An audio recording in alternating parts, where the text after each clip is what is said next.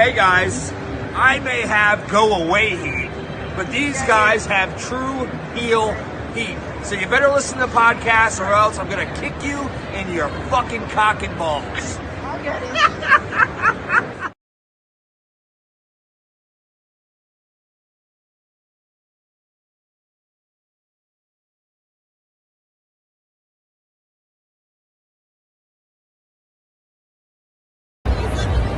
Hello, I'm Willow Nightingale, and though I might generally be regarded as a very bubbly, upbeat person, you're watching True Heel Heat.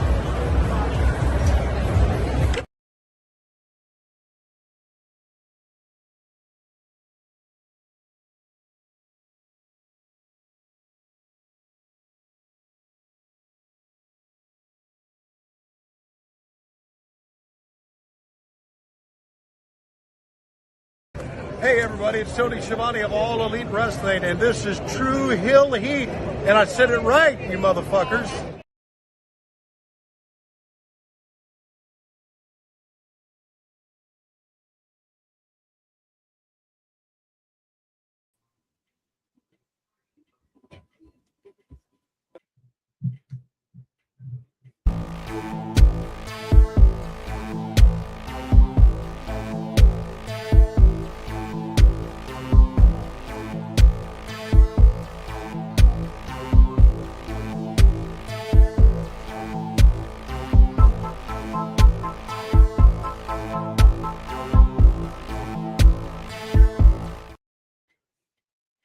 Max, it is time for us to review the finale of Stranger Things Season 5, Volume 3, Episode 8 of the final season of Stranger Things.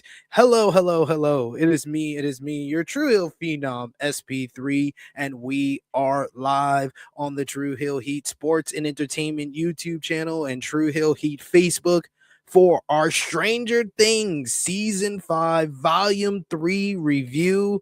And no, I am not riding solo like I was for the Volume 1 and Volume 2 review. I am joined by my esteemed colleague. He is my co-host on True Hill Heat, True Hill Heat Check, talking about everything from the NBA. And now we're here to talk about everything from the final episode of Netflix's biggest and longest running series, Stranger Things, the one and only Chris G. How are you feeling? I'm good. What's going on, everybody? Ready to talk about the culmination of very important series, I think, of a lot of people's lives. Yeah, a lot of people take this show very, very seriously. If you've seen from the online discussion, we talked about it a little bit when I did the review for the volume 2 and 3 review. People take Stranger Things way too serious in my eyes, but yes, we are here to discuss everything that went down in the final episode, the finale of Stranger Things Season 5.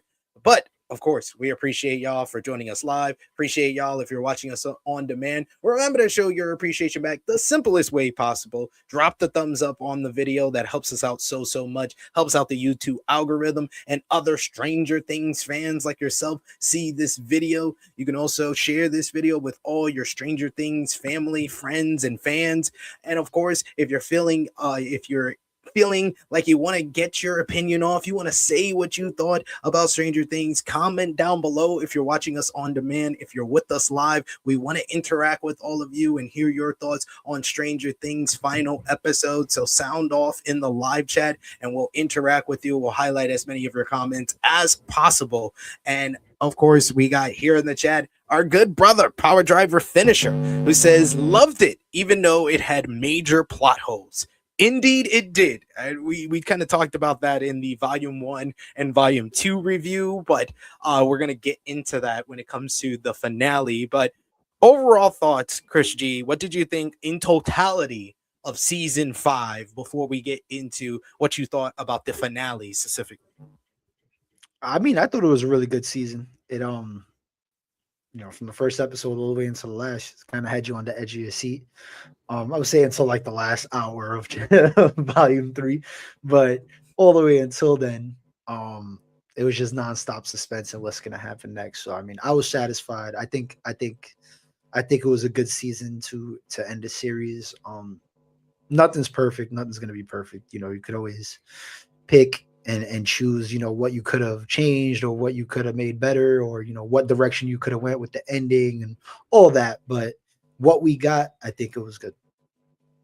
Yeah, I think it was good for what we got, what they delivered. I thought it was a very satisfying conclusion to Stranger Things. And then, you know, you said the last hour it wasn't kind of edge of your seat television, but I would say that that was the probably the most satisfying of why I thought it was a satisfying ending was the epilogue. I felt like the for finale itself, to give my opinion on that, I feel like I was kind of disappointed by the first half of the final battle. I just thought that it would be a little bit more to the final battle, but I was definitely satisfied with everything about the epilogue. I think they did a good job of sewing everything up, putting a bow on everything. There was some things that were missing, some questions that were kind of left unanswered. But as far as like the main characters that we were looking for, Joyce, Hopper, their finale, what happened with them finally getting their date at Enzo's, and all the kids playing D&D at the end, and then the newer kids taking their place at the D&D table. I thought that was the perfect way to close things out. So what was your overall thoughts on just the finale? Yeah, I mean, I enjoyed up until I would say I wouldn't have not because it's not like I didn't enjoy it, but I definitely think the scene with against Vecna, like that final battle and like the whole like mind hive, mind flayer thing, like felt like a 8 minute. It felt like they spent more time planning this shit than the actual battle. Yes, I totally agree. I was like, are you fucking kidding me? It only took y'all like 5 minutes to beat Vecna after all this time. I seen a timestamp. Like the whole scene where they're planning like how to attack the whole shit takes like 6.5 minutes. And then the scene itself where they actually kill Vecna and the hive mind is like 6 minutes and like 23 seconds. Like it was literally like equivalent to each other. I would like to see a little bit more drama, a little bigger battle in that final battle. But other than that, I do like the epilogue. I think it left us like on a very like high note, which at the end of the day, I think everybody, regardless of if you wanted people to die or not, like I don't think a lot of people wanted anybody in the crew to die at this point. So, considering what we got and who survived and the totality of that, I think that epilogue was great. And then it also leaves that what if at the end, right? So I enjoyed it. I enjoyed the final episode. I would say the boss battle was like the only downside. Yeah, I was kind of disappointed by that. That was my big kind of like nitpick on the final episode. But if you got any nitpicks, if you had any questions that you thought were unnecessary, you could let us know in the live chat. You could let us know in the comments down below. We got Power Driver Finisher who says, I heard there was like 2 hours cut from either the finale or final season. I would say that I think a lot of the stuff with the finale itself was disappointing, mainly because volume 2, I felt like volume 2 was the weakest of the volumes in season 5. Like volume 1, when I was reviewing it and like thinking about it, I was like, every episode was better than the last. Like episode 1 was kind of like, why are you doing an 18-month jump when you kind of set up season 4 with like this thing was like right in their face, like they gotta do something right now. The rift has opened. He's opened 4 portals open to the upside down into Hawkins, and then you did an 18-month jump, so we missed everything that happened. It's like that was a weird choice. So I thought episode 1 was kind of weird to start off, but I thought every episode after that and then ending it with Will getting his powers, I thought that volume 1 was great because of how it ended. And then volume 2 happened, and I literally was like, I have no problem with Will coming out. I have a problem with him coming out 20 minutes left in the second to last episode. What the fuck are we doing? I mean, you should have just made him come out in volume 1. I mean, we kind of knew he was gay for a couple of years already. So, but hey, they wanted to make the big moment. Can't say that I'm mad at it. The placement might have been a little weird, but it doesn't take away from how powerful the scene was, and how powerful the friendship between those guys were. You know what I mean? I think that was like really exemplified in that scene. So where they're just like, hey bro, like we're here for you. Like we don't care. We're here for you. And that was that's all he wanted. So no. It was a roller coaster going through those first 2 volumes for sure. Yeah, volume 2, it just lacked. I was saying it to Romeo. He was talking about it, and I was like, it just lacked that sense of urgency. Like my favorite season. Spoiler alert for when we do a season. We're gonna do a season ranking, and we're gonna do a character ranking for Stranger Things. But I would say coming out of season 5, my favorite season is season 4. Season 4, like discovering Vecna is behind everything, discovering the connection between Vecna and Henry Creel, and how 11 was responsible for basically creating Vecna and creating the Upside Down when she sent Henry to that place. And then everything that happened in the finale, where there was this sense of urgency with even Hopper and them in Russia. They had to fight the Demogorgon because of the hive mind, and it would help the kids who were somewhere in the Upside Down. You had Eddie with the Metallica performance, Eddie defending them against the bats and dying for Dustin. You had Robin, Steve, and Nancy fighting the actual Vecna and stuff like that. Then you had 11 in the bath, piggybacking in the bath, and she's going into Max's mind to fight Vecna in Max's mind, and they're trying to defend Max, who's at the house, and trying to basically get Henry over there so that he's distracted with his actual form. Like everything was so sense of urgency, and it just wasn't there for like the middle portion of this season. Yeah, it wasn't. I mean, I think it was by design though, because like they really made an importance on the November 6th date. So I think it created like too much time in between where like they didn't show a lot, and it could have took away from that. So I get it. But I also understand like just trying to make it about the importance of the date. So it kind of, dragged the time along. Yeah. We got Parjo Finisher is like, and when Elle says I can make the jump and they don't show her getting to Vecna, was like, what the fuck? Y'all clearly cut that part. Yeah. She's like, I can make the jump. She does the big speech with Hopper, and that was my other nitpick. The sense of urgency thing in particular, it's the fact that we have very urgent things going on, and we decide to have 5 to 10 minute monologues. Like nothing pissed me off. Nothing pissed me and my missus off more than volume 2, when Max once again sees a portal open and wants to have a 10-minute conversation with fucking Holly. I was like, bitch, you literally done this before. You literally waited. I was mad at you the first time that you didn't run when the song is running up that hill and you don't run towards the portal. I was pissed off at that. And then you're gonna have a 10-minute conversation with this little girl. Yo, and then legit. You leave her at the end anyway. Yeah, legit. I think every 20 seconds of that monologue, me and my girl were looking at watching, we're just like, bitch, get the fuck out of there. He's coming. You've already got bagged once. Like, hurry the fuck up. You're gonna kill the other little girl too. You're not even caring about her life at this point. You're giving her fucking life advice when she should be running for her life. Literally and figuratively, you know what I mean? You had all this time. You have had several conversations with this little girl. Why are you now telling her that she can't go with you? Y'all literally came here.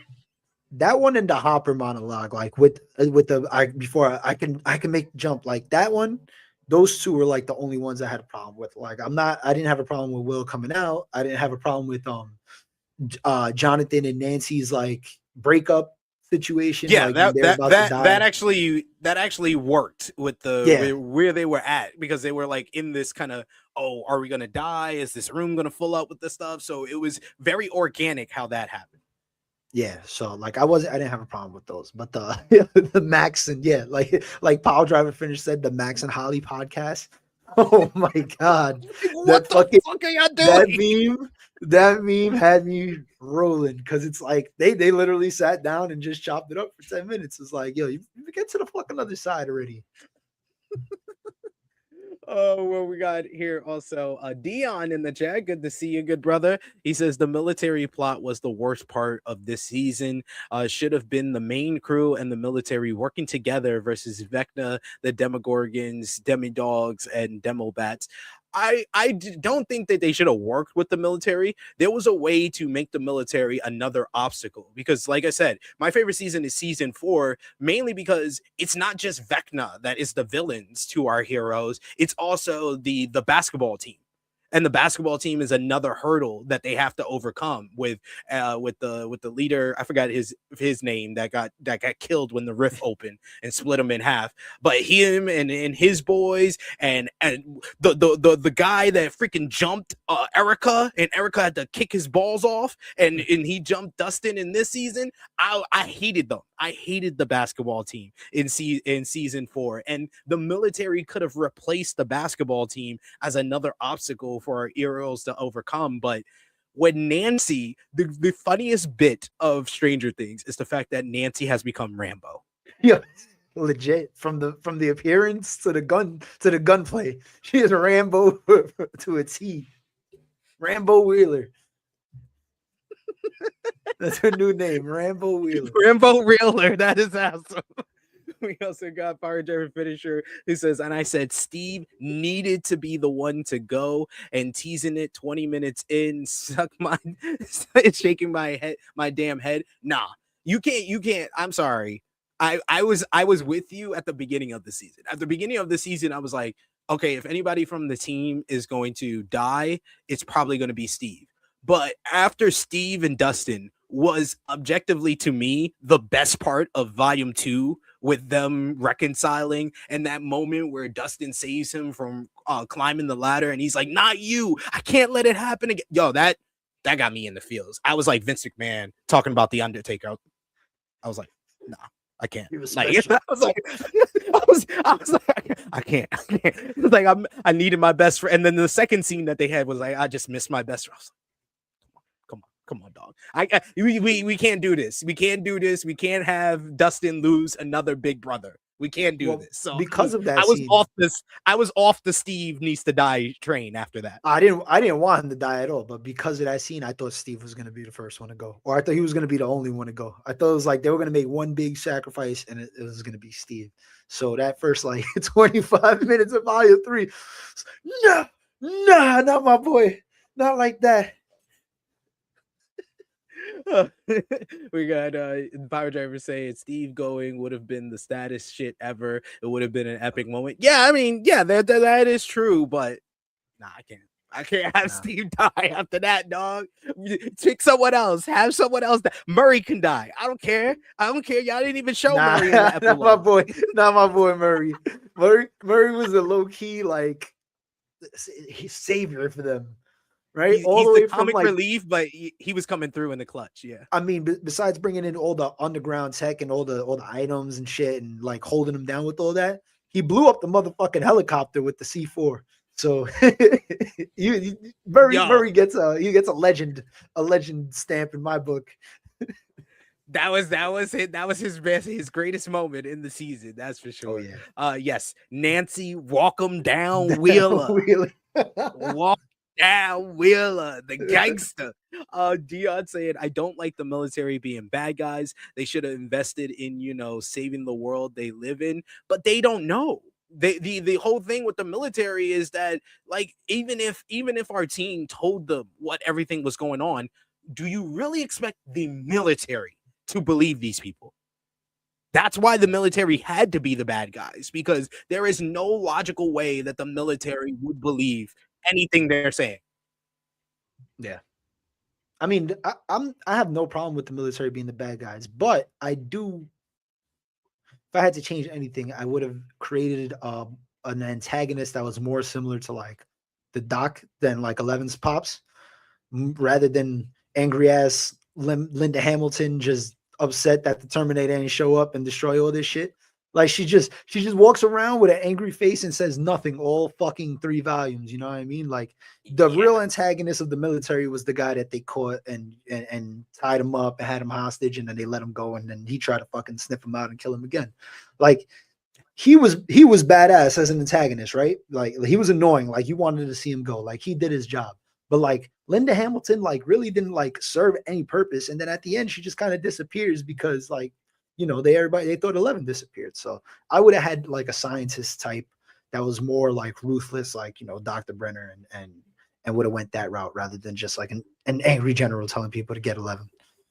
Or they could have made it like some connection between Dr. K and Dr. Brenner, where they Yeah. made Linda Hamilton's character like Dr. Brenner's sister or Dr. Brenner's widow. Protege, something some is shit, yeah. where she knows something, and that's the reason why she's after 11.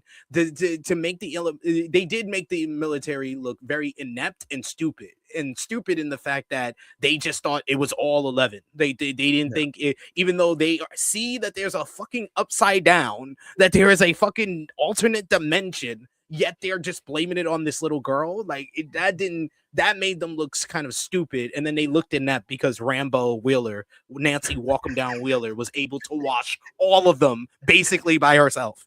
One clip, no reload, one clip. Crazy. All right, let's talk about this finale here. So we start off at the beginning. Almost everyone heads to the upside down, where Elle, Hopper, Callie, and Murray split off to go to the lab. Elle immerses herself in a water tank one last time to try and get inside Henry's mind and break the kids out of captivity. She gets help from Callie, and then they basically go to the mind of Max as well after the superpower sisters rope the latter into the mix. After spending 18 months in Vecna's mind, Max guides them through it straight into Henry Creel's living room. I will say, because like I took all my time to research the play. Because I heard that they said that the play was going to have some involvement in the storyline, and the fact that we went to 1959 twice. We went to 1959 with Max when she saw the poster of the play that Joyce did that Henry was in. That's all part of the play, Into the Shadows. It's about 1959 Hawkins, when Henry goes to the same high school as teenage Hopper, Joyce, Will's dad, Steve Harrington's dad is there. They got, I think Dustin's mom is in there. Lucas's dad is there, and Lucas' dad and mom is there. The Wheeler parents are there as teenagers, but like they didn't even really go into that. Like we see Joyce in the hallway and stuff like that, but they didn't like she even said that Max was able to see Hopper was smoking a joint in one of the hallways. Mr. Wheeler was filling up on Mrs. Wheeler. I wanted to see all of that. I didn't need it in dialogue. I want to see that shit. Definitely wanted to see Hop hit in the joint. And especially you're with 11 and you're telling her dad is smoking a joint over. Like, if I'm 11, I'm like, I want to see my dad smoking a joint. Use this shit as bait when I get back to the real world. Nah, remember when he was smoking that joint in the janitor's closet, motherfucker? Don't tell me nothing about eating waffles too late. Fuck out of here. So the Max guides them through the 1959 high school Hawkins High and through the play, and then straight into Henry Creel's living room, where he's in a trance along with the 12 children he kidnapped. While this is going on, the rest of the game is up top, the radio tower in the upside down, about to be hit by a planet descending on their heads. This is all about Steve's plan from Volume 2, the Beanstalk plan, where they're basically gonna wait for the planet to come down, and while 11 takes care of Henry, they're gonna go into the abyss to save the kids. Steve almost falls to his death, like you said before. It looks like, and they played this up big, where the planet goes onto the top of the radio tower, so it just basically hurts the whole thing. And mind you, don't think that this climb up the radio tower, they just climbed up, right? No, they had time for another monologue, because Mike and Will have a whole conversation where Mike apologizes to Will for not knowing and not being there for Will when he was like going through everything. And I love the fact that they still didn't acknowledge the fact that Will had a big ass crush on Mike. Like I mean, I'm pretty sure said that. It kind of gives like Mike knows, but he's like, listen, man, like we're best friends. Like we're just gonna leave it at that. And you and have you seen the like Stranger Things community, especially the Stranger Things gay community? Oh my God, they are so pissed that Mike Mike is in getting a dragged. closet. No, that Mike isn't in the closet. They were convinced that Mike was really in love with Will back. I've seen people that did video essays on why Mike Wheeler is in the closet and he's really gay and black. They ship their name, Chris. They call Byler online. Byler. That is their relationship name. Oh my God. I mean, did we not figure out Mike was straight when he kissed 11 at fucking 10 years old? I mean, the man is fucking pimping at a young age. Like, Yo, he went to Cali. He was going everywhere. He did whatever he wanted to do just to see L. Like, you know what I mean? That's love. That's straight love. Yo, it's insane to me that these people were like convinced. They were like convinced in their mind, and yes, them fans are a little unhinged. They're a little unhinged. Yo, no, I'm cool. I'm cool with Will. Literally, like that's why I didn't understand the whole outrage on the Will coming out scene, because it wasn't about the timing of it. Like my issue was, it was about that. Oh, why is he coming out? That's making it woke and stuff. Literally, the first episode of the series tells you that Will is gay.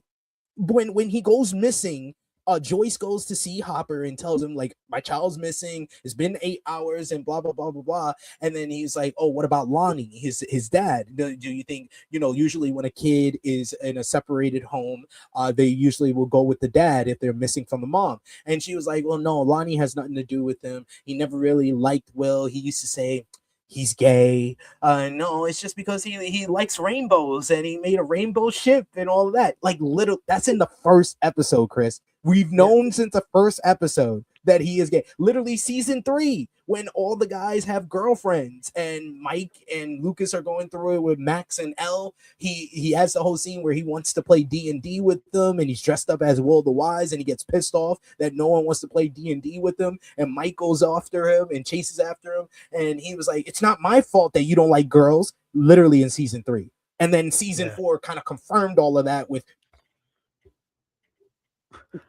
that scene in the car where love you. And Jonathan knows. Jonathan even has the conversation with him where he's like, man, I'm there for you. I love you. Like, Jonathan, that's why I like the when they panned over to Jonathan and he's like full of tears when Will's finally coming out. That was the most like brotherly. I already knew this nigga, but I'm so happy you're letting us know. Yeah, for real. It was like it's in literally the first season though. Like even the kids when they're teasing Mike and he goes, "What, your little fag friend ran away" or something like that. Like I didn't want shit. I should not have said that word. I said it in reference to the show. Yeah, it was said on the show. Don't worry. I got caught up in this. I got caught up in the weeds saying the R word by accident because it just came off the tongue. And then I did say the F word on True Hill Heat because I was talking about the scene with JP punching Jannard and what JP said. So, but yeah, you get a pass for that. Yeah. Just making sure. Just got to clear our names. We don't want the people will clip it and not get the reference. They would just clip that part and be like, "Oh, look what he said." Canceled tomorrow, man. But no, yeah, these friends used to say, "Oh, he's a fairy" and stuff like that. He had the rainbow thing, the rainbow ship that he drew and stuff like yeah, it's been so confirmed season after season that Will was gay. But I just think that you what you said earlier, they probably should have put that in like volume 1, like or the beginning of volume 2 at least. Yeah, they say that literally for like everybody's on the edge of the seat waiting for this battle to happen, and he comes out and talks about 15 minutes about how he's not like everybody else and shit, and it's like, all right, we get it, bro, but like we kind of gotta go. It's like kind of gotta get this shit on the road, man. What we wait for. So we go to the radio tower, so it breaks down and stuff when they're up there, and Steve is on the edge. He's holding on. You hear Dustin's like, Steve, and Steve tries to hold on, but then the grip, he lets go of the grip. It looks like he's falling, and they cut to black. They literally keep teasing this thing. They did this in season 4 when the demo bats attacked him, and they ended the episode on that.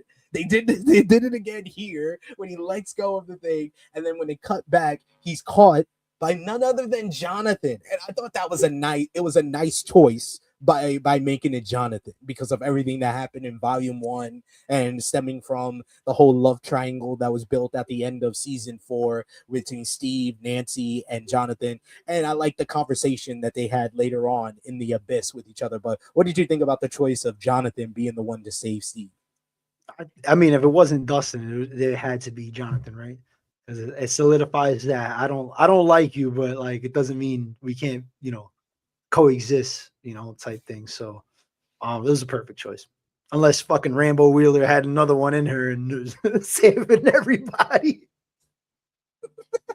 Stretch it out with the gun. She picks him up. Grab the muzzle. Yeah.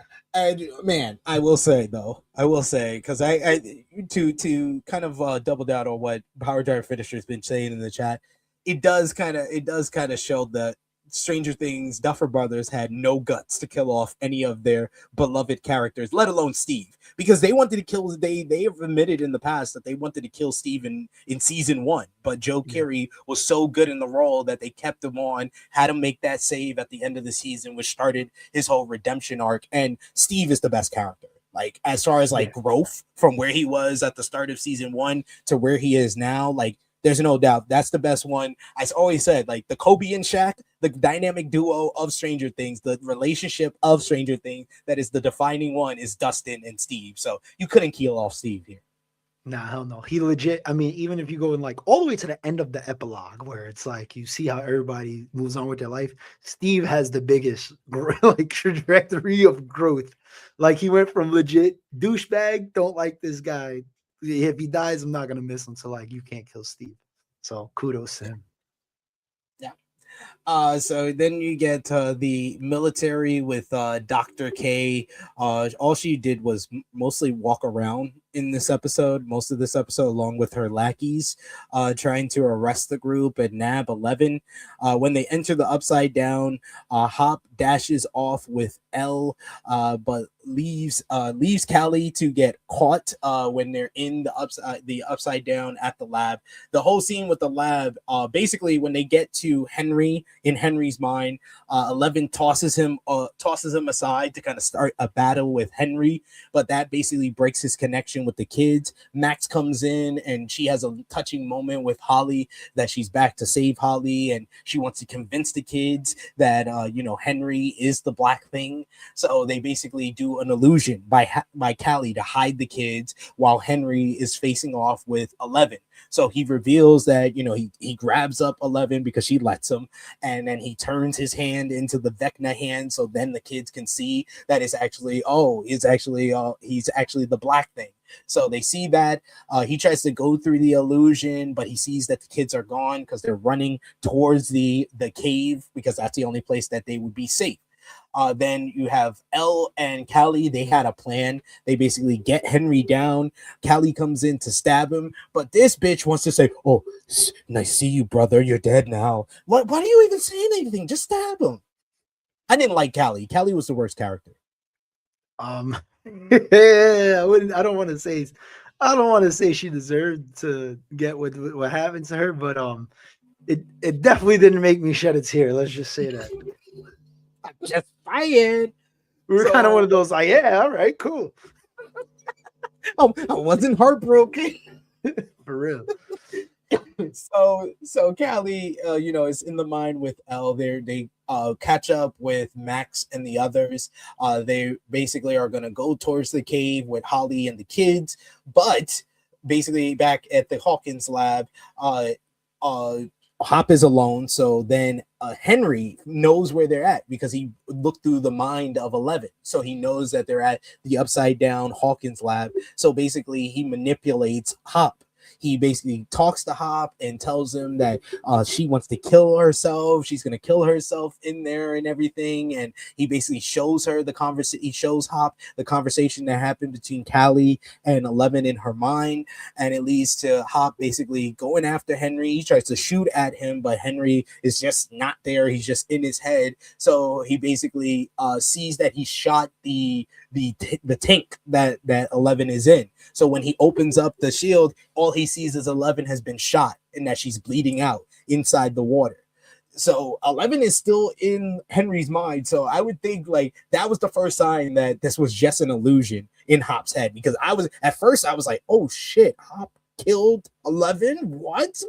So when he's busting out, he's banging on the tank, he breaks out, he basically breaks the tank and the water comes out and 11 comes out. And when he looks at her body, she's completely fine, and he broke the connection that she had. So Max, Elle, and Callie all disappear from the kids in Henry's mind. So and luckily before Max disappears, she tells Holly, lead the kids to the cave. And we see kind of a real good character arc moment where Holly becomes the leader. She becomes what Max was for her. She becomes that for the rest of the kids and gets them to the cave. But what did you think about that scene? I thought that was a scene that not a lot of people's talking about, with Vecna invading Hop's mind and breaking that connection. He was smart. He was always kind of like one step ahead of them every single step of the way until the final battle.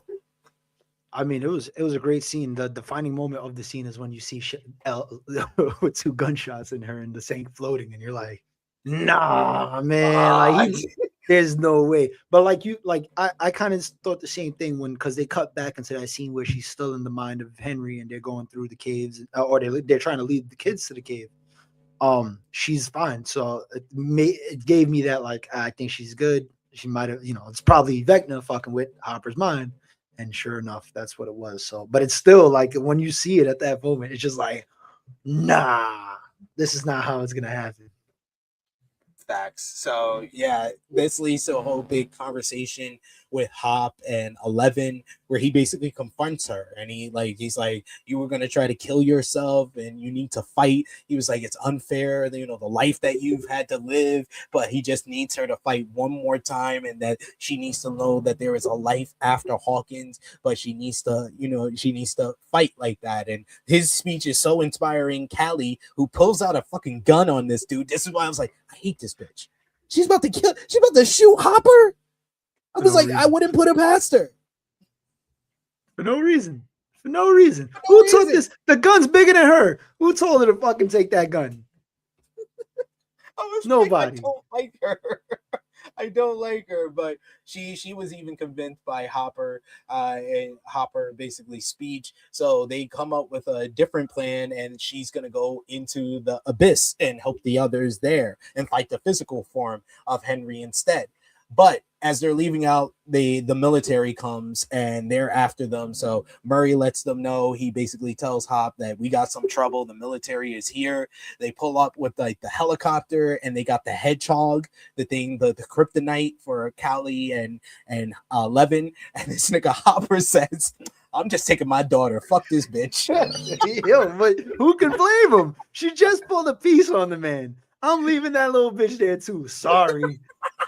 Sorry, I'm looking out for mine, girl. You gotta, yeah. You know what I mean? That was awesome. I was like, yo, we were just like, this was the most dad moment that I ever seen. Like, me too. If I'm with a group of kids, I'm grabbing Harlem, I'm grabbing Sydney, the rest of That's it. Avery and Sophie, let's get the fuck out of here. All these other kids, no, I only got 2 arms. I'm sorry. I only got 2 arms, It's a good excuse. So he leaves her. So the military catch her. They eventually Hop go, after 11 is safe away. He basically goes back and helps her. He kills a bunch of the military people until the guy that they kidnapped in volume 1, he comes in and he hits Hop. So they tie up Hop. They got Callie down. This nigga about to pull up a gun on Callie and kill her as the hedgehog is still going off. 11's trying to like crawl her way to try to make the save, and Murray comes in clutch. Murray's like, all right, I got these bombs. These bombs are supposed to be used to blow this shit up, but I got a few that I could put on my belt. He takes off his belt, he wraps it up, nigga puts the grenade in it, and he takes off the clip, and he just does the ultimate slow-mo throw, and he throws it, and he destroys the helicopter with the hedgehog with the kryptonite. It explodes, it's out of here. So 11 is able to come in to make the save, but the whole thing like basically explodes into the building, so everyone is off their feet. We see like even the military guy who had the gun to Callie, we don't know if he shot her or not yet. Then 11 comes in, she snaps the neck of a bunch of the military people. Then she singles out that last one, the one she was in his head in volume 1, and she makes this pull the piece on himself and shoot himself. I was like, oh shit. That was I didn't think gangsta. she had it in her. I didn't think she had it in her, and then she did it. I was like, oh, I was like, damn, 11 is doing shit that's 21 and up now. Like this is crazy. I love it. I love the energy. Keep that same energy, because he was pulling a gun out on your sister. But we see that Callie has been shot in the stomach, so she's trying to like hold out the wound. She tells Hop to get help. He goes to get it back, and basically we don't see that they have like, she's like, you know, was my fate. This was always how my story was supposed to end. But we just see that part, and then Hop comes in and he sees that Callie is basically dead. So then after Callie's loss, Elle and Hop, they're up on the roof with Murray, and they're trying to figure out what they're going to do next. And, they tell Murray that Callie is dead. Elle looks at the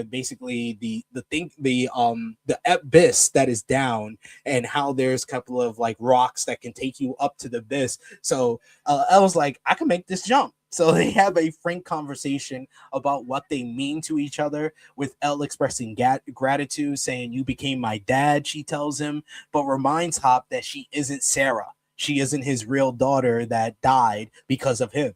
She asks that he realize that she's a grown-up now and has to make a choice to go back to the real world once they win, or sacrifice herself and put an end to all things upside down. It's a tough conversation, but I'm glad it happened because Hop needed to hear it. As Vecna tells him too, there's still a lot of rage inside of him, and releasing his pain and trusting Elle is the only way he can move forward. What did you think about that conversation, despite it happening when it didn't need to happen, when you need to go? There's a kind of a time crunch we're having here, cuz.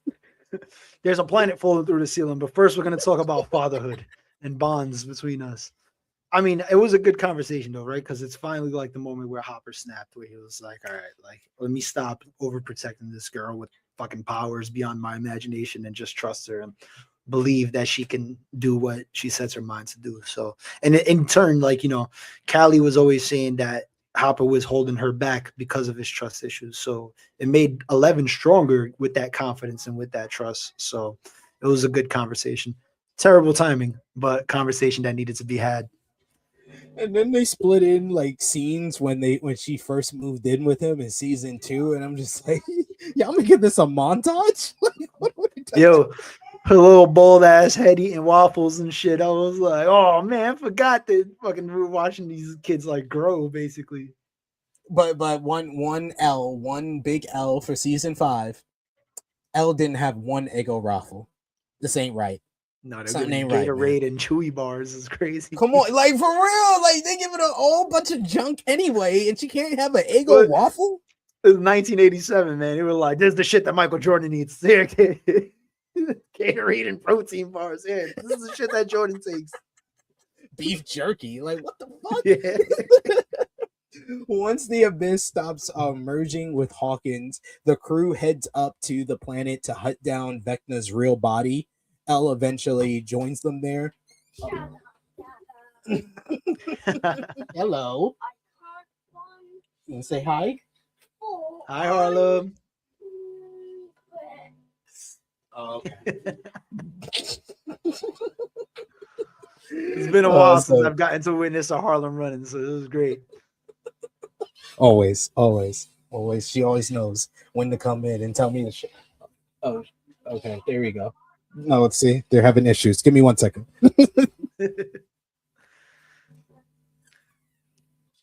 Life as a father, guys. Absolutely. This is what we do. Absolutely. So the crew heads up. It's time for the big Marvel like final battle, but this all feels very rushed.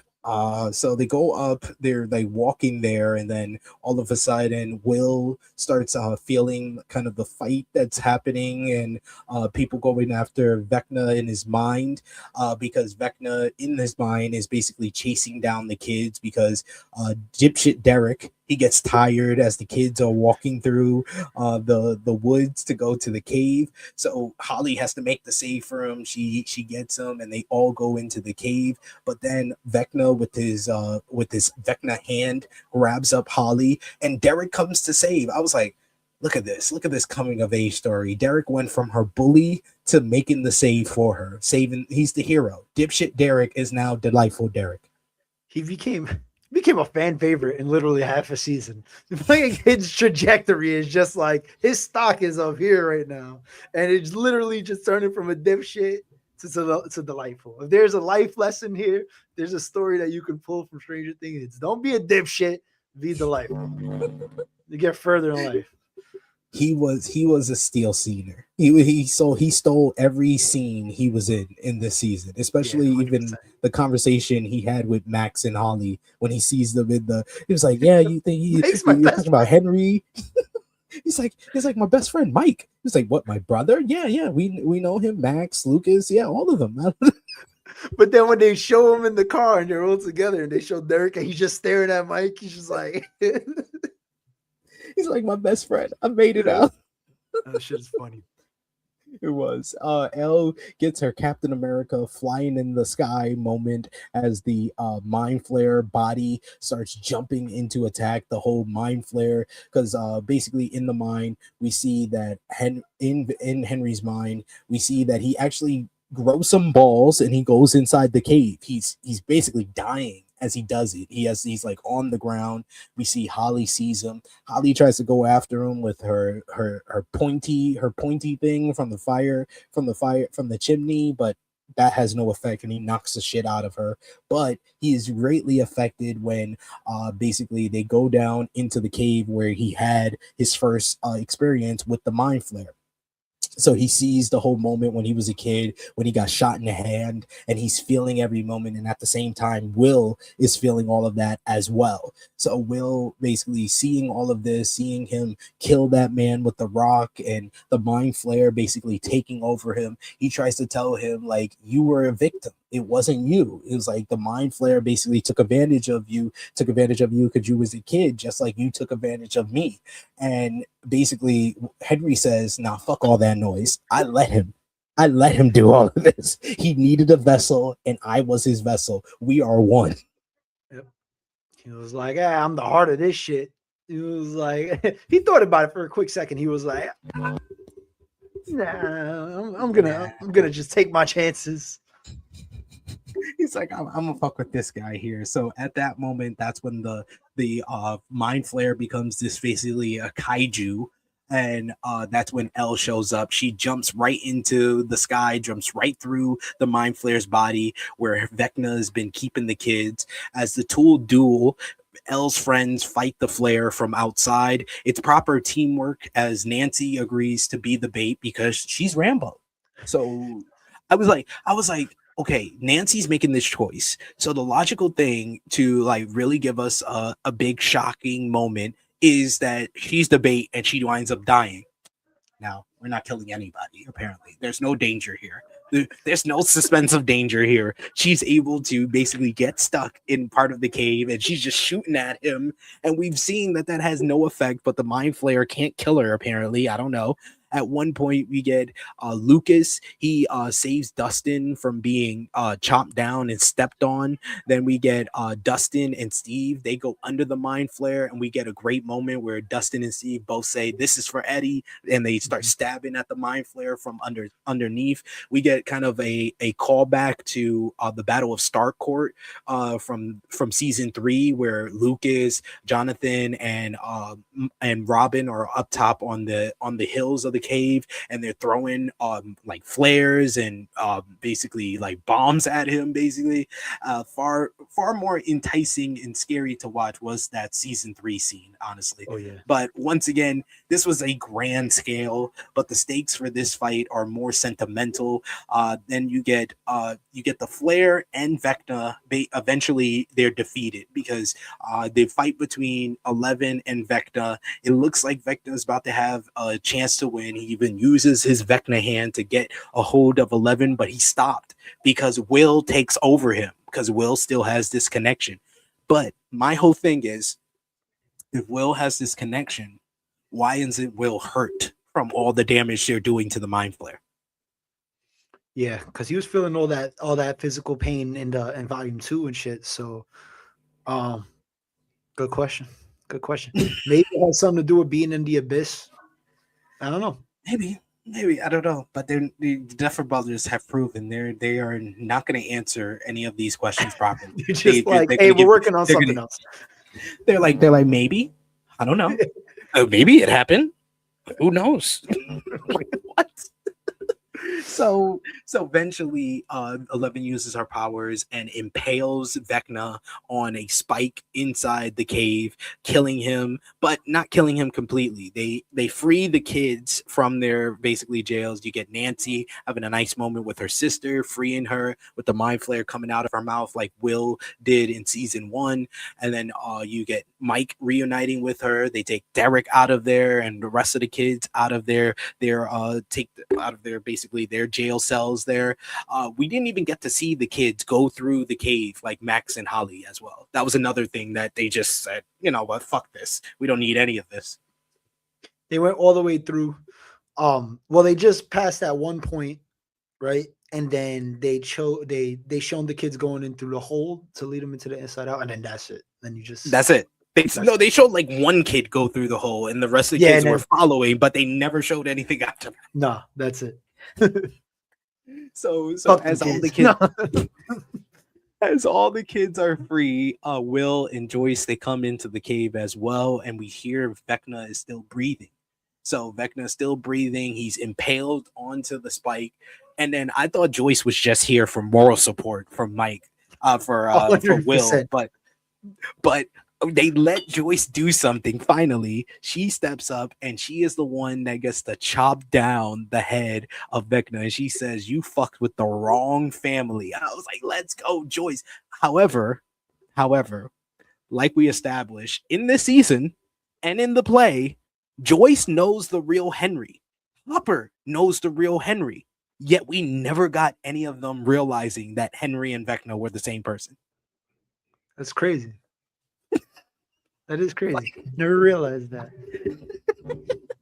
It's like certain things that just like obvious things for you to do that they just didn't do. So I just wanted to mention those. I just wanted to mention that. Imagine Hopper just being like, "I used to sell him pot back in the day. I know his weak point. Just get Vecna high as shit, give him the munchies, and that's it. I'll leave these kids alone." But no, it's not. I why do you like it though? They never knew he was Henry. They did know. They had to know because all of the kids knew. All of the kids made that connection that Henry is right. And also, freaking 11 calls him Henry. She doesn't call him Vecna. She was like, "I have to go in there and kill Henry." So they knew, except they never really acknowledged that Hopper and Joyce used to know the real Henry Krill. That's true. None of them. It's the Wheelers. None of that group. Yeah, but Hopper and Joyce were involved. They're a part of the party. They're part of the team. So they had to be given that information that Henry Krill is Vecna. Yet we never got the realization or the pinpoint where they're like, "Oh, we went to high school with Henry." I know that motherfucker.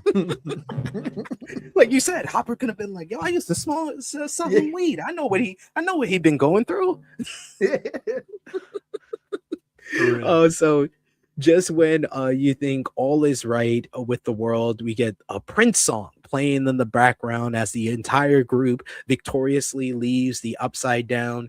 Dustin is the one that lets Hopper and Murray know that everybody's free. They got the kids and we're heading home. So they go through everything. And everything's gonna go to hell though, because you always know when there's a nice moment. It's like, no, this is too nice of a moment. Everybody's happy. Everybody's smiling at each other. You get the Derek smiling at Mike and everything.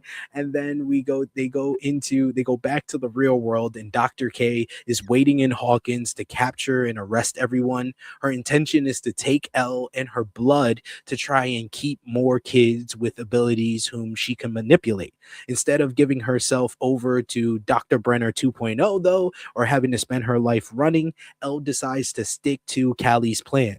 She stays in the Upside Down. We see her with everybody's being able to watch her as everybody's being arrested and held by the military. As you know, the Purple Rain song is going off. They time it with the end of the song means that the whole Upside Down is going to explode. All of her loved ones are watching in shock and horror before being turned to dust though. Mike is like pleading with Elle as the military tries to grab him. Eventually he falls to the floor, and when he falls to the floor, he has a trip into her mind. That's when Elle explains her choice to him. Even if he doesn't understand it yet, they go through all their different memories, their first kiss, the first time they met each other, their whole entire relationship through season 2 and season 3 and season 4. The two tearfully kiss one another. Honestly, this moment was very nice because it was like kind of a lost love, but like it's nothing that y'all can control, and this is the right choice for both people to kind of keep them safe, and that she doesn't have to be a prisoner or run the rest of her life. And then Elle's choice, I don't know how I felt about it, because I don't know if I felt about it because of you said your boy is Hopper. Why are we making Hopper watch another kid die, another one of his children die? Yeah, even though he kind of accepted it, right? When they had that little spat, he was like, all right, fuck it, like if this is the choice that she's gonna make, I have no choice but to accept this choice. I felt for Mike though, but I mean that whole thing, that whole situation, I was just like, damn, my boy Mike just wants love. Every season he can't get it because there's the military or a Demogorgon trying to eat his girl. Like, it's fucked up, man. It's fucked up. Sorry, every Mike. single time. Damn, Mike. Damn.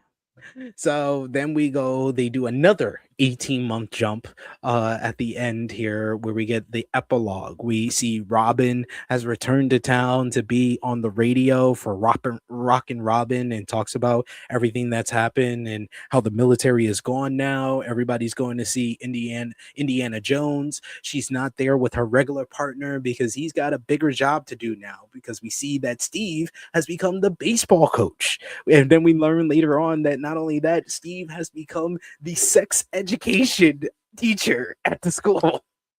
Talk about, man got 2 jobs. He even got a girlfriend. He references that a girlfriend and even maybe buying her a ring. He's looking at real estate. I mean, Steve Harrington fucking got it made. All good for sure. Power Driver Finisher says, I didn't like the song choice.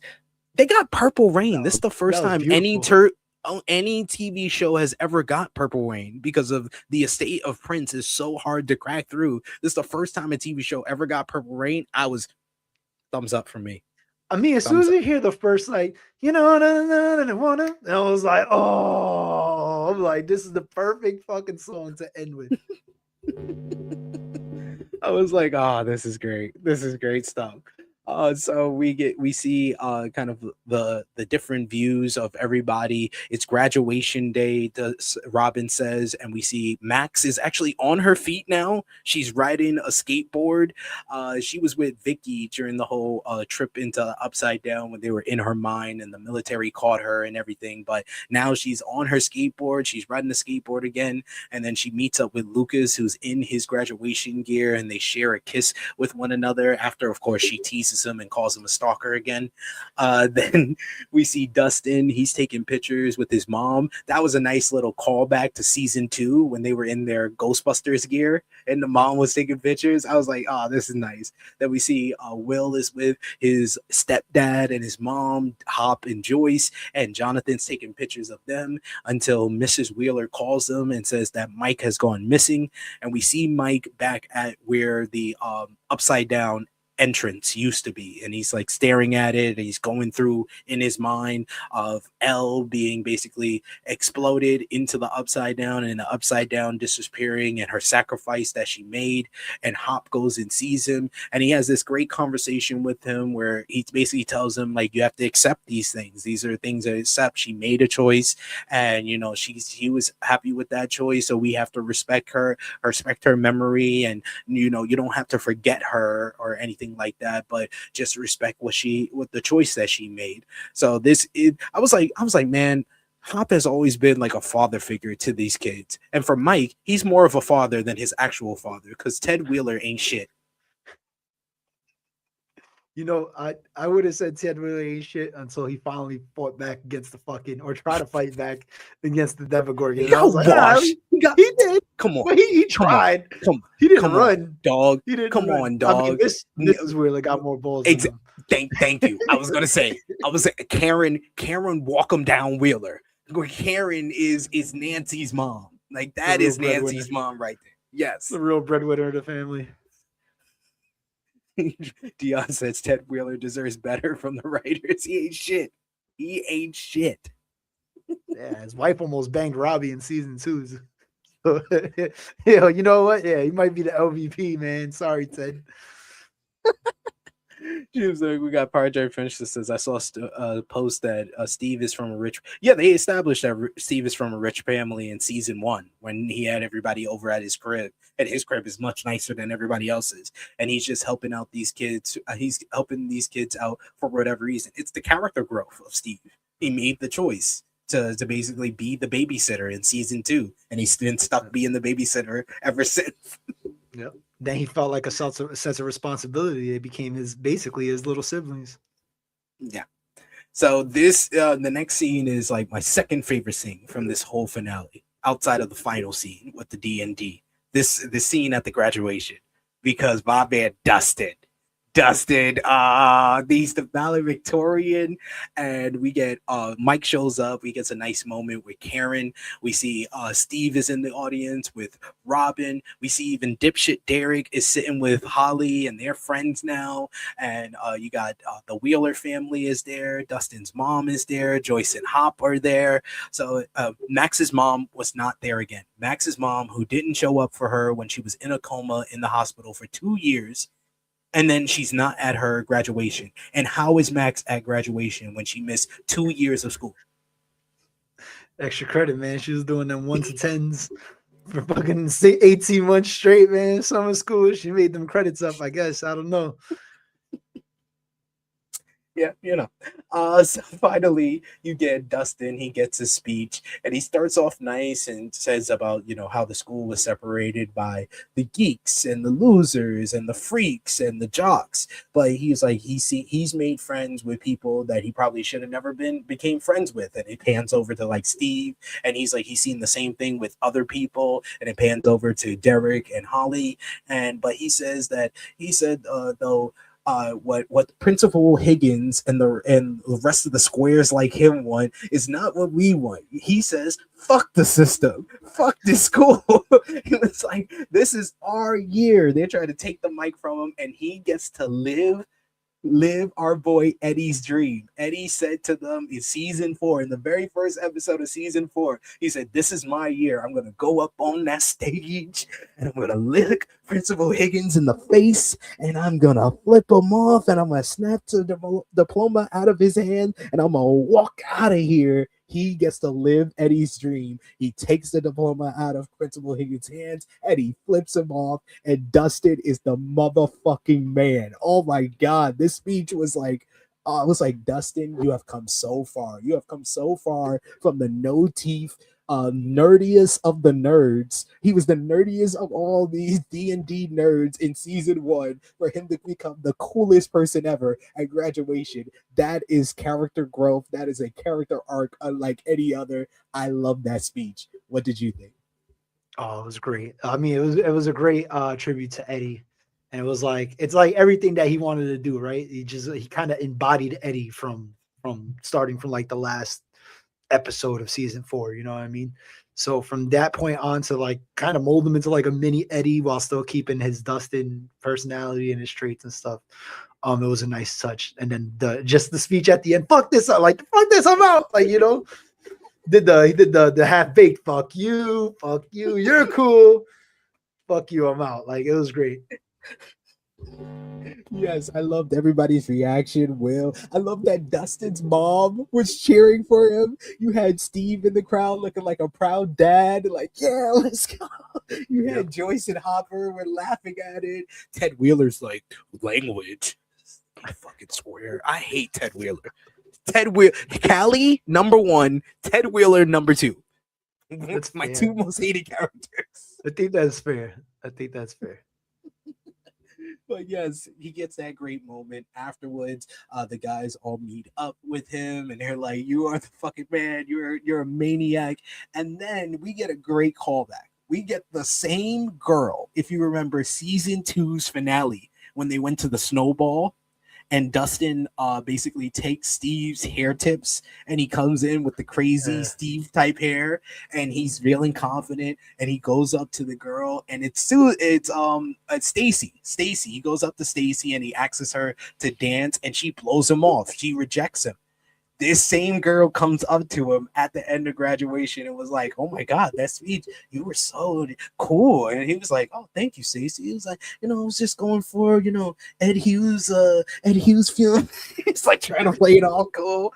And then Stacey invites him and the guys to a party later on. And they're like, "Oh, you should go." And then fucking Mike says, "Oh, I got a better idea." And I'm like, why are you cock blocking though? Why are you cock blocking, dog?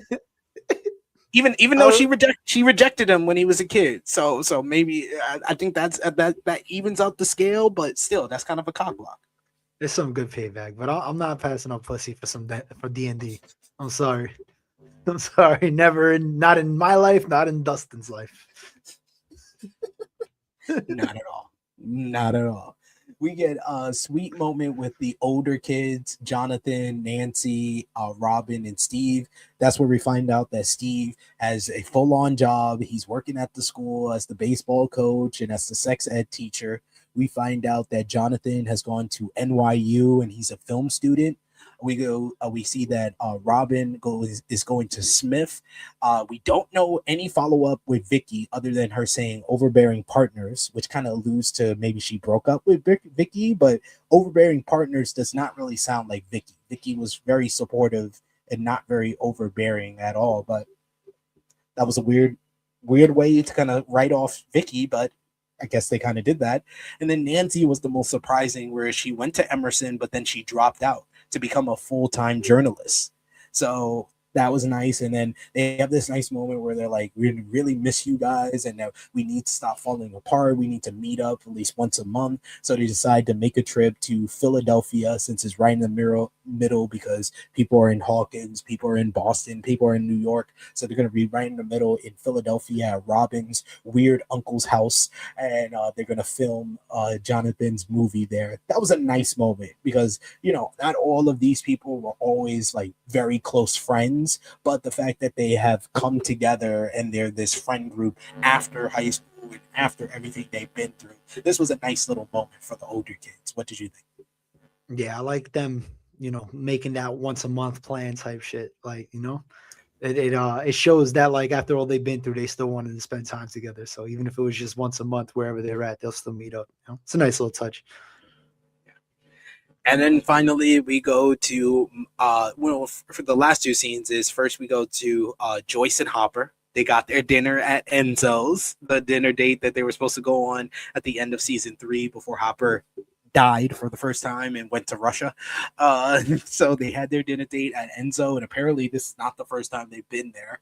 And basically Hopper lets Joyce know that he's got a job offer in Montauk, New York, which is basically that was like a callback to what the original name of the show was going to be. It was going to be it was going to be called Montauk because it was going to be basically based on the Montauk Project, which is this like weird sci-fi stuff that's happened in Montauk, New York back in the 80s, back in the 90s actually. So maybe that could be a spin-off where Joyce and Hopper go to Montauk and then get involved in all that type of thing. So that could be a spoiler for a future spinoff that they decide to do. But Hopper gets their song played by the live band, and then he asks Joyce to marry him. She says yes. They have a beautiful moment. They dance, and it was just so happy. I was like, if anybody deserves to be happy, it is Joyce, the perpetual, upset, frantic mom finally has a moment to breathe. Her kids are all out the house, and her and Hopper can be happy. I like that moment. Oh yeah, I loved it for both of them though, because like Hopman, well, this motherfucker got sent to Russia concentration camp. Like he's been through it all. He lost 2 daughters. He got shot. He was stabbed. I mean, he went through a lot. So it was good to see both of them just kind of finally get in that moment where they could just be with each other. Absolutely. And then finally, we had Mike, Lucas, Will, Dustin, and Max. They're playing a full-on D&D campaign.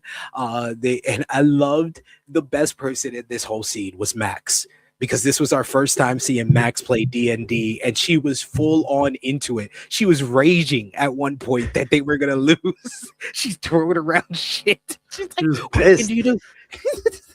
More pissed about that than Vecna robbing her fucking eyesight.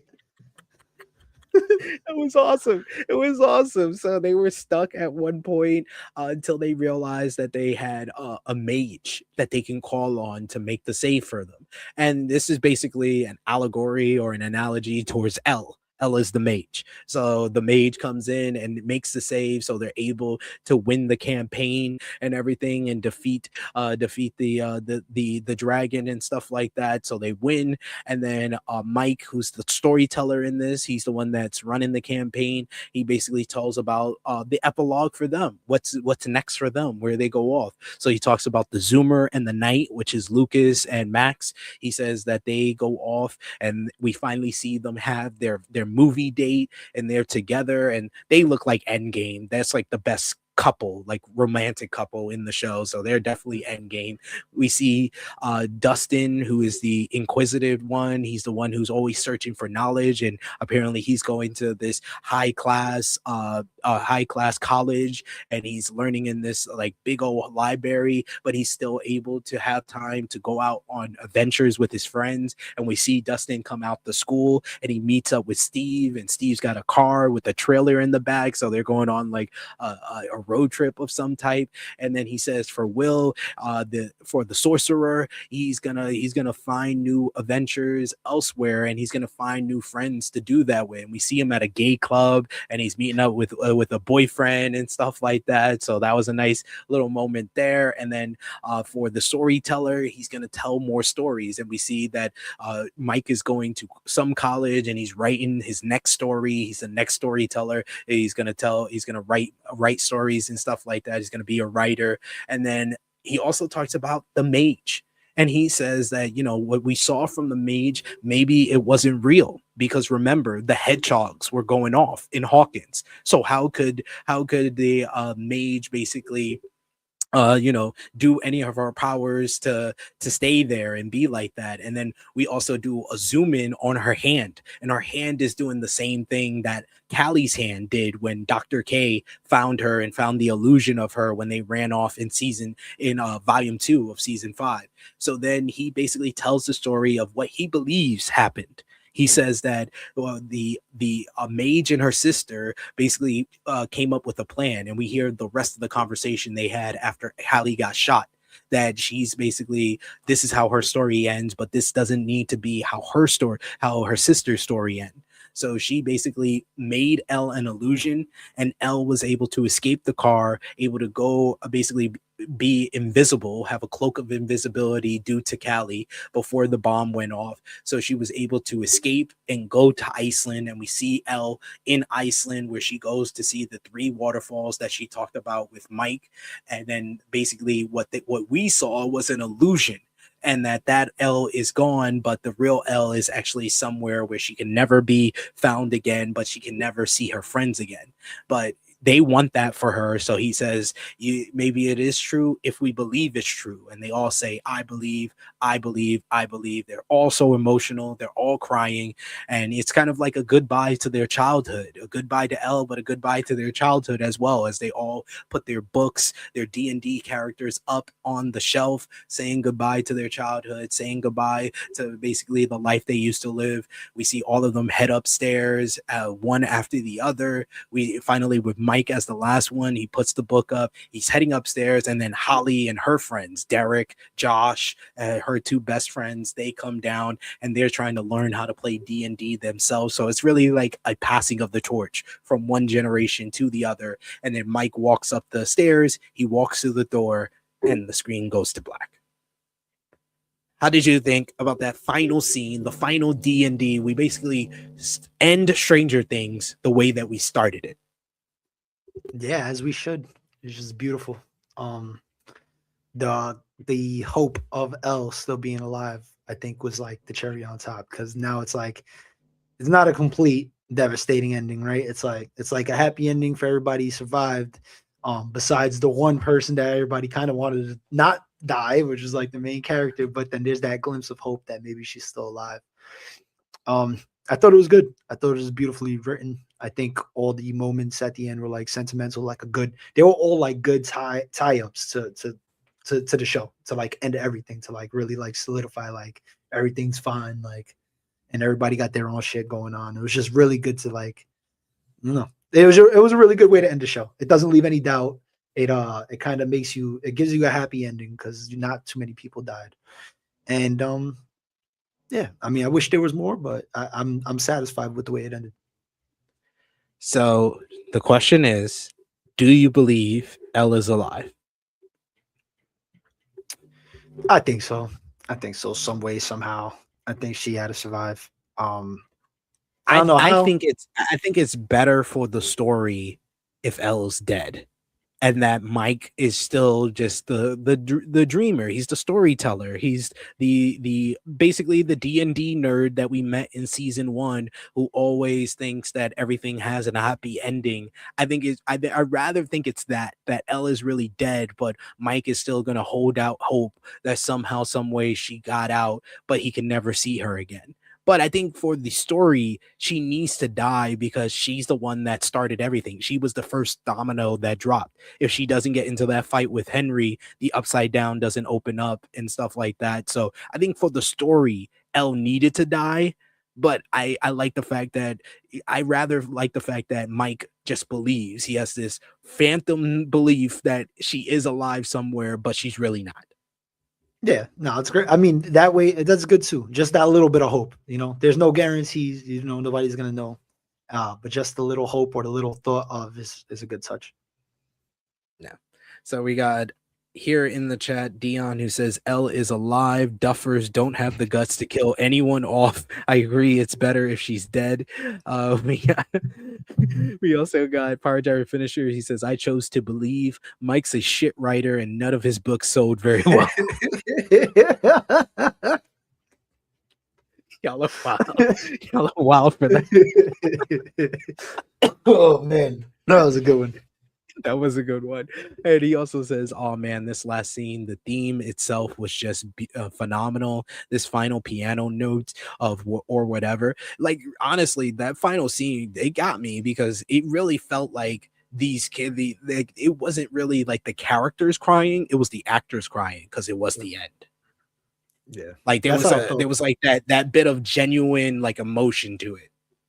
Yeah, it felt like, it felt like that, right? Where like the actors were the ones talking, not the characters, right? But then it also felt like like as a fan just watching, it's like a culmination of watching these kids grow up. Like now they're adults. Now we got to get ready for their adult projects. You know what I mean? It's like we've seen them as children.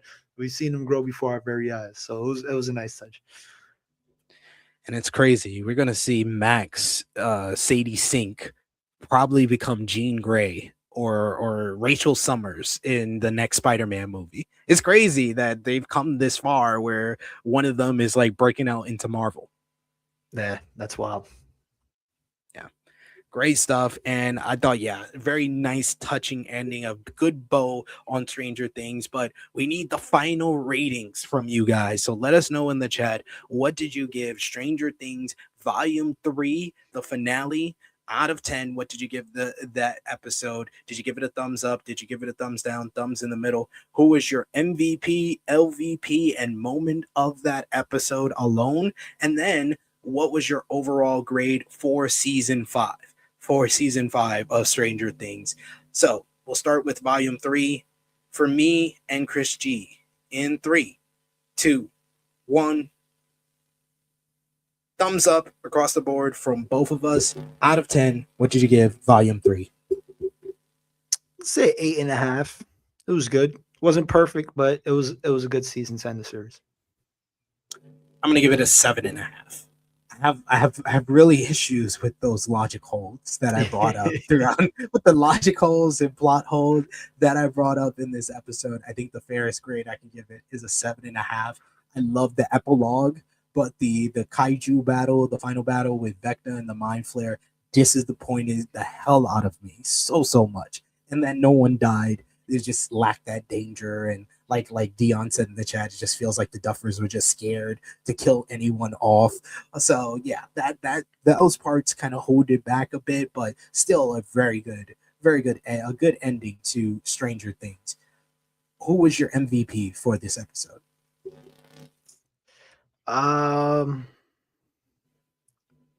Shit, this is tough. This is a tough one. You know what? I'm gonna go with Joyce for chopping off that head, for telling that motherfucker like it is what it is. You fucked with the wrong family, and finally like putting an end to him and like her family's misery. Like just that one action right there, I think warranted her some MVP honors. That's a good one. That's a good shout. I'm gonna give it to Dustin for the graduation speech. The graduation speech, like I said, that's my second favorite moment of the entire episode. So I'm gonna give it to Dustin for the graduation speech, and for him and Steve. This is for Eddie. It's for Eddie. Yeah. That part was awesome. So then we go with your LVP for the episode. Who are you giving it to? Well, Ted wasn't really in this episode, so I guess we can't give it to Ted. Yeah. Really. Yeah. I'm gonna give it to Callie though. I'm gonna give it to Callie. Served no purpose. She was pretty much the only one that died. Yeah, and also Mike's theory of 11 being like a hologram made by Callie, it immediately does not make any sense when the lab blows up first that Callie was in. So how could the illusion still be up if that's not 11? How can the illusion still be up when the lab explodes first? That is true. That is true. Yo, SP3, so, yeah. Real quick, I'm going to have to hop off the stream. I got to hop on an important family call real quick. But no worries. You guys know where to find me. Chris G, THC G. I'm here. We'll do a True Hill Heat check sometime this week. So I'll catch you guys around. Thank you, Sid. Thank you, Chris G. Appreciate you, yes, brother. Yes, sir. My LVP, I'm going to give it to Dr. K. Dr. K is my LVP. Yeah, I'm staying with that one, and now I'm out. Fuck Dr. K. So Dr. K is my LVP. My moment of the episode, I'm gonna say the final scene with the kids saying goodbye to their childhood. That's my moment of the episode. And for the season, I'm gonna give season 5 of Stranger Things, I'll give it slightly lower than the finale. I did like the finale more than the actual season, but I'm not as down on the season as everybody else. So for the season, I'm going to give it a 7 out of 10 season. I think that this would probably be in the middle out of all the seasons, like I don't think it's better than season 4 or season 1, but I don't think I'm not as down on it as I was like season 2 when I initially saw that. Season 2, I was kind of down on that more than season 5. I don't know where I would put it between season 5 and season 3. You got to stay tuned for that when we do our season ranking. So we'll figure that out where it ranks. But I think it's right in line with like season 3, how I felt about season 3 of Stranger Things. So I'll give it a 7 out of 10 for the season. MVP for the season, I'm going to give it to Stephen Dustin. Stephen Dustin got me emotional more than anybody. That scene. So that is our ranking. That is our ratings. And that is how we thought about Stranger Things Season 5, Volume 3. I want to thank Chris G for joining me today and talking about the season. I want to thank you guys in the chat. You guys have been awesome. Power Driver Finisher, Dion, thanks for sharing your thoughts on Stranger Things. And I agree, like, you guys loved it in the chat. We got Power Driver Finisher gives it a 9.5 out of 10. Dion gave season finale a 9 out of 10. Like I said, I just thought that we could have made it a little bit tighter, and maybe on a rewatch, I might give it like an 8 out of 10. I might get closer to an 8 out of 10 on a rewatch. But initially, I'm just giving you my initial reaction to watching it. I was like, it was good.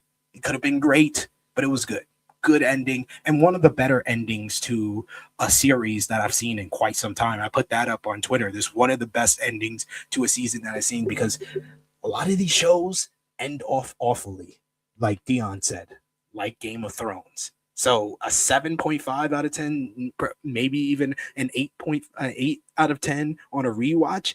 That's one of the best endings that I've seen to a series in quite some time, because everyone gets let down by the end of these series. And this was a big one. And I thought they gave us a proper conclusion for everything, despite the plot holes and logic holes that I mentioned earlier. But appreciate y'all for joining us. Had so much fun talking about this season of Stranger Things. And let us know in the comments down below, if you're watching us on demand, what other Stranger Things videos you want us to do. Do you want us to go back and basically give you reviews of season 1, season 2, season 3, and season 4? I can do that. I just recently did a rewatch of all the season before season 5 started, so I can go back and do a separate video for season 1, do a separate video for season 2, do a separate video for season 3 and season 4 before we do our seasons ranking. We're also going to do a character tier list going over every single character throughout the Stranger Things series. So we got that to look forward to. But if you have any more video ideas, let me know in the comments down below. But I've had so much fun talking about this season of Stranger Things, and I want to thank the Duffer Brothers, thank these actors, Winona Ryder, David Harper, Finn Wolfhard, Millie Bobby Brown, Sadie Sink. Every single one of these actors have made something special. This is something that we're always going to look back on, and it is a show that is close to my heart and is close to y'all's. And like Dustin's shirt said, Hellfire lives. Hellfire lives in all of us. We are all Hellfire. Let's go, baby. I got my shirt. Hope you got yours. Hope you got your Letterman's jacket from Hawkins High. All the merch. Show it off, because this show is a very important part of the fandom and nerd culture. Hellfire lives. We live here. Thank you so much for joining me live here on our Stranger Things Season 5, Volume 3 review. Appreciate y'all. We got Jake in the chat. Thanks for joining us. You're joining us late, but thanks for joining us. Appreciate you. Drop the thumbs up. Go back and watch everything that we discussed over the last hour and a half about Stranger Things Season 5, Volume 3. And like I said before, if you got any ideas for more videos involving Stranger Things, let me know in the comments down below, because we're not done talking about Stranger Things. Stranger Things is over, but we don't have to be done talking about it. Hell no. If you want recaps of the previous seasons, I can do that. If you want the character tier list, I'm definitely doing that. And we might do a season ranking as well. So we got a lot to do with Stranger Things here on True Hill Heat Sports and Entertainment. Well, this is all for me for now. It is me, your True Hill Phenom, SP3. This has been our Stranger Things Season 5, Volume 3 review. We are signing off. Until next time. Peace, y'all. Fuck this school.